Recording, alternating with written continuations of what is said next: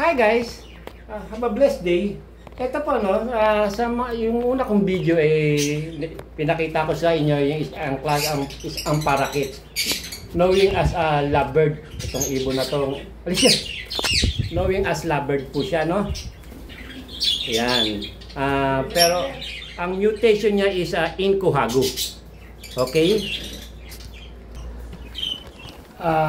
At ito naman po, no, after niya na ng leg band, ilalagay na natin siya sa record niya. Ito record po ng Indian ringneck. So, another page, iba naman po kasi yung parakeet. Again, parakeet knowing as lovebird. So, bakit ko pinakikita, ano?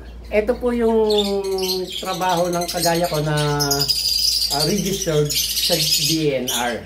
Ayan po. So, kailangan mong i-record and then ipapasa i-report namin sa DNR, and then sometimes may mga time after 6 months or 1 year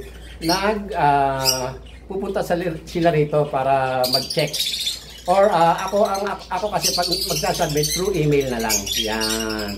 Ayan po, para sa mga newbie, ganito po ang trabaho pagka ganyan na registered ka at in DNR. Okay guys, salamat. Have a blessed day. Please follow me for my FB Reel and like and share. Ganun din po sa YouTube. Please subscribe. I love you guys. Bye!